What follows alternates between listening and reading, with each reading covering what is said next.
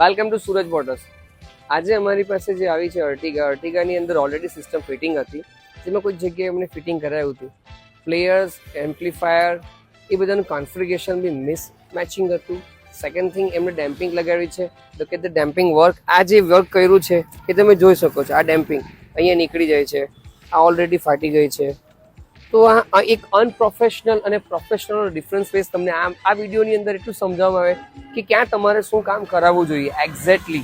Because of આની અંદર તમે જે પૈસા લગાડી રહ્યા છો એનું આઉટપુટ તમને નથી મળતું ફર્સ્ટ ઓફ ઓલ.